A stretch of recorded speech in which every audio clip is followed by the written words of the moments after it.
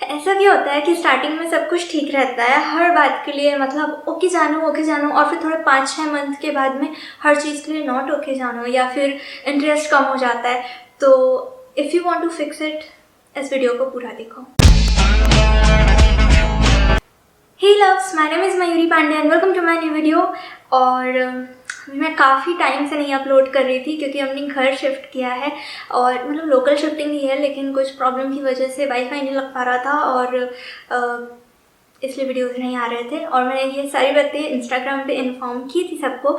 तो अगर आप मुझे इंस्टाग्राम पे फॉलो नहीं कर रहे हो और आप थोड़े बहुत छोटे मोटे अपडेट्स जानना चाहते हो तो आप मुझे इंस्टाग्राम पे फॉलो करो। ये दोनों मेरे इंस्टा और फेसबुक के यूज़र नेम है। इफ़ आप इंस्टा पे नहीं हो तो फेसबुक पे कर लो क्योंकि सेम अपडेट वहाँ भी जाता है। And if you are struggling with your emotions तो subscribe this channel, I will heal your emotions.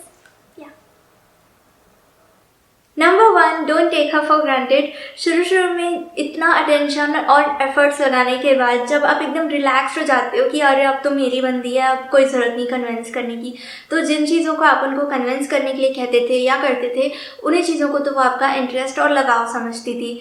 मतलब she genuinely believed that it's your way of expressing love.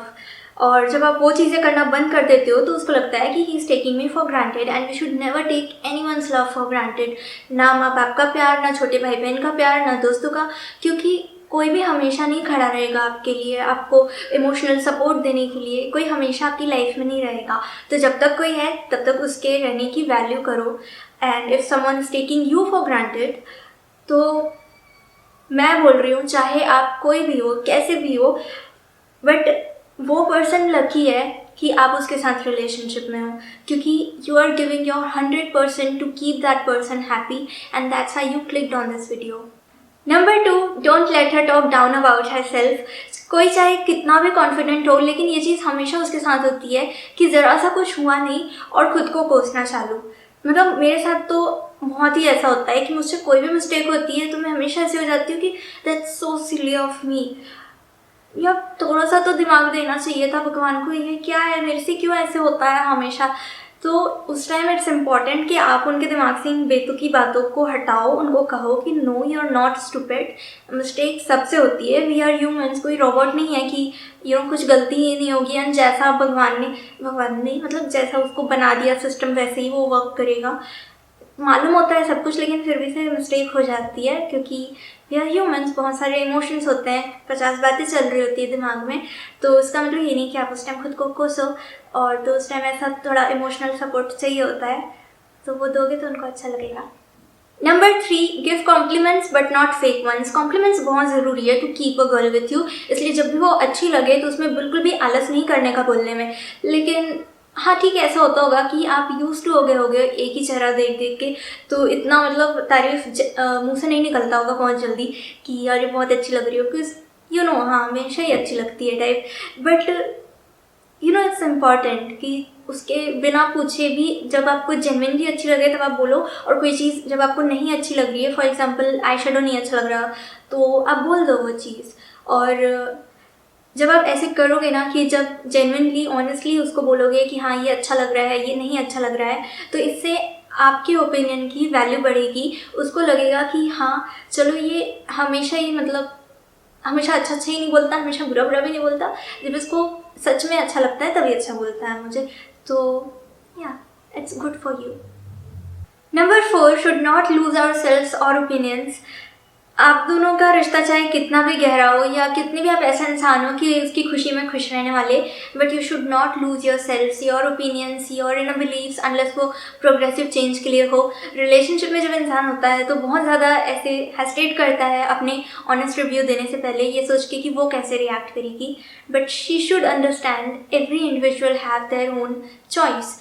If आपको उसके नेल्स या हेयर नहीं पसंद है, इसका मतलब ये नहीं कि उसको वो चीज़ें चेंज करनी पड़ेगी।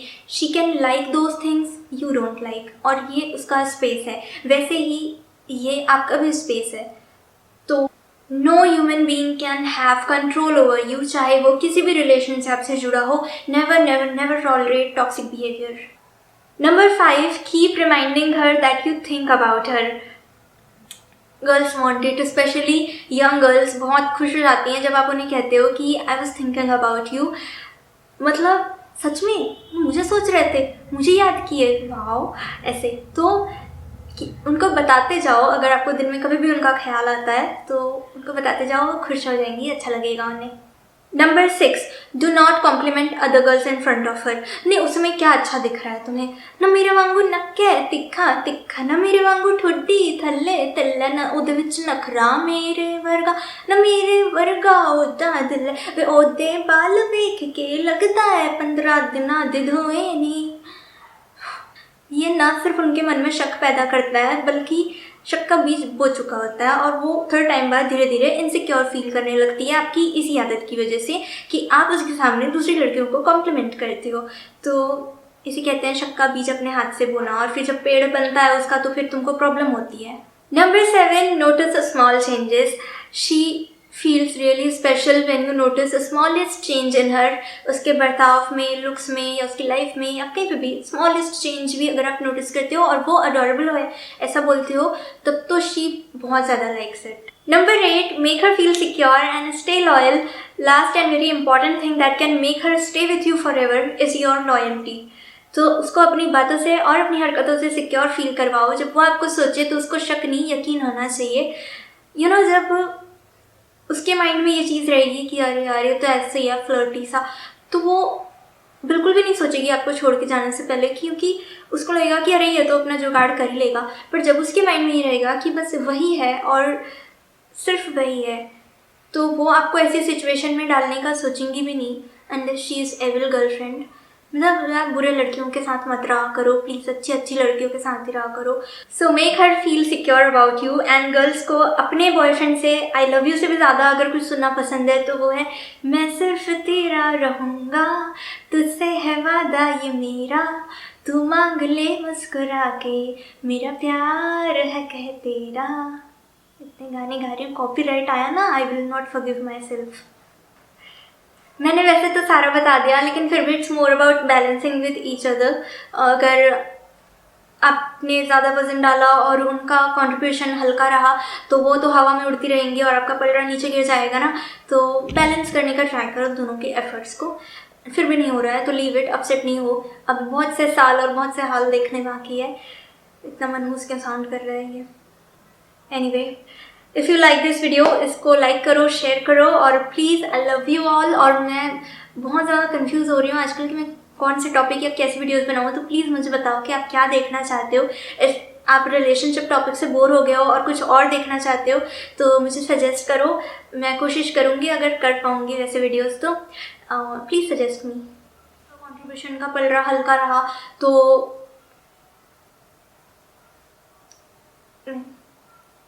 It's more about balancing with each other. If आपका वज़न ज़्यादा होगा, नहीं